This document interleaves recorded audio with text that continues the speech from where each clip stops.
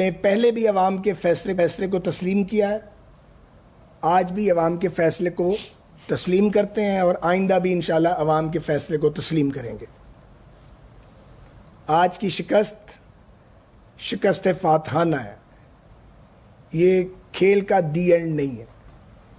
ہم بھی عمران کی طرح رونا رو سکتے ہیں، دھاندلی کے الزامات لگائے جا سکتے ہیں، کچھ چیزیں ثابت ہو گئی ہیں۔